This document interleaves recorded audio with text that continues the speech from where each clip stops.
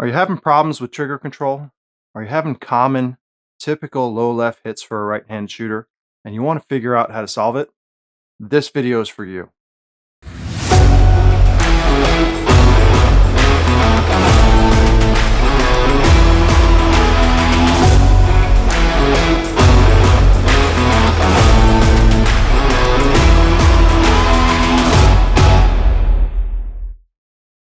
What's up, guys? My name is Rob Epifania. I'm a USPSA Grandmaster and I'm the owner of Systematic Performance Concepts. In this video, we're going to give you 3 tips for better trigger control. When we talk about trigger control, one of the things that also is important is making sure that your grip is mechanically sound and that you are not moving the gun, meaning you're not disturbing the gun as the trigger is pressed. However, that's a separate video. There are other videos out there that talk about these things. So I specifically wanted to talk about trigger control in this case and what seems to help people along in the lessons that I've done. So let's get started. Number 1, the most common thing that I might tell people when it comes to being able to get a better trigger press is having support behind the gun to allow you to work the trigger confidently and firmly to the rear. What do I mean by that? If you take your forearm bone, trace it up into the palm, and put the back strap of the gun in that location, it's going to be fully supported. So the way you know you have this correct is when I pull the fingers in towards the palm, I find that the back strap of the gun feels fully supported. There's nothing trying to be taken up or any slack. When the gun is off like this and I pull, it doesn't quite feel the same. It feels like the gun wants to move at the bottom here.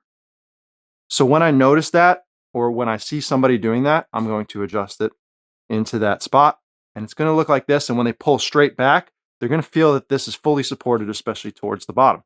What that does is that gives you that support. So no matter what your trigger press is, right, when you press the trigger, there it is firmly supported. So it doesn't matter if I press with 5 pounds or 10 pounds.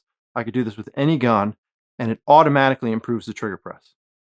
When I see people in lessons or in person when I'm training them, and I see this in dry fire, I'll often adjust this, and you'll see a dramatic improvement in the way that their gun behaves during dry fire trigger presses and in live fire. So just to show you what happens when it doesn't. So this is correct, right? We see that this is nice and comfortable. The gun is not moving on me. If I adjust it, it's in the wrong position in the hand. Watch what happens. Same trigger press, everything is the same. See how that moves up and to the right for a right-handed shooter? When I see that, that's the indication. If you see that your sights or dot are moving up and to the right when you're doing this, you're going to notice, hey, this is in the wrong spot. I'm going to adjust this here. And once I do that, immediately it's better. Okay? So that's an important one. That's number 1. Number 2.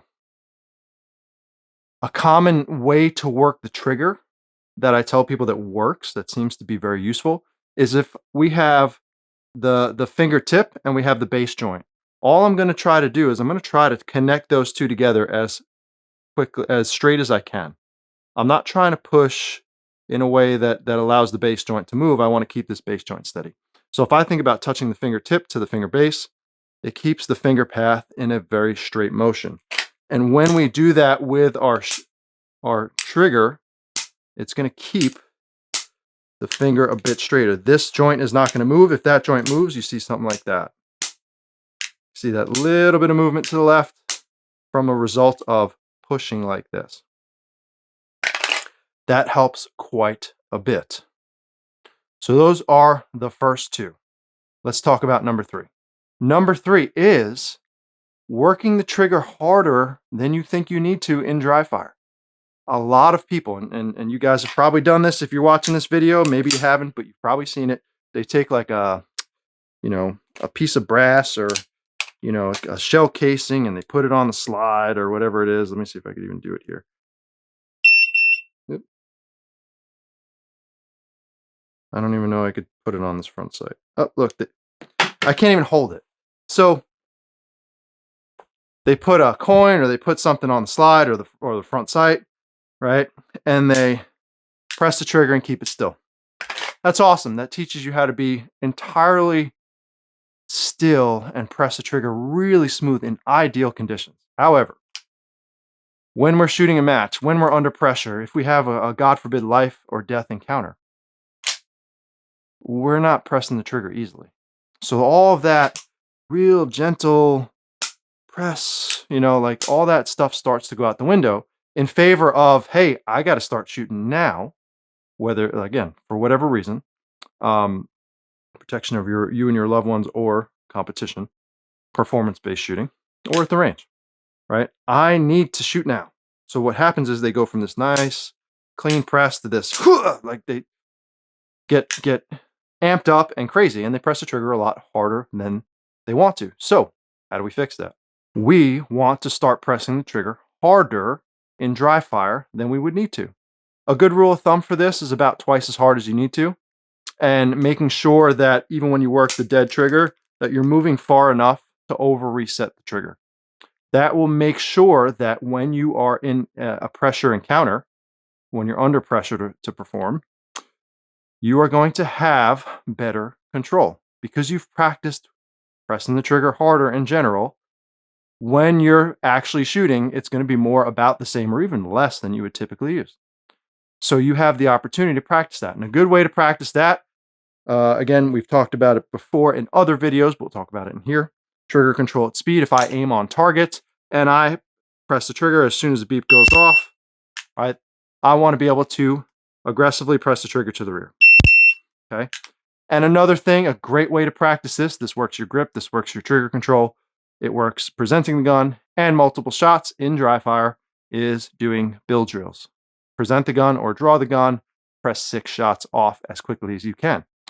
Paying attention to, I want to press the trigger reasonably hard and reasonably aggressive. If I find that the gun is nice and still and I'm pressing the trigger at a certain pace, I'm going to want to start to press the trigger harder to try to expose an issue. If I can expose an issue and solve it at speed, I will improve. It's a guarantee. Okay, so like the build drills, again, so we set up here for presenting the gun and we go up and we go 1, 2, 3, 4, 5, 6. Okay, right? And I saw a little bit of a tick down, just a little bit. So I'm going to bring my finger lower in the trigger face for that one so that it's more straight in this case. So come down, 1, 2, 3, 4, 5, 6. That's better. 1, 2, 3, 4, 5, 6. And I'm not being gentle. I'm being quick and I'm being aggressive on the trigger. Again, twice as much as you need, and just a little bit more distance traveled to make sure you are confidently and positively making sure that the gun resets in recoil. Guys, those are 3 tips for better trigger control. I hope you enjoyed it. Please like and share with others.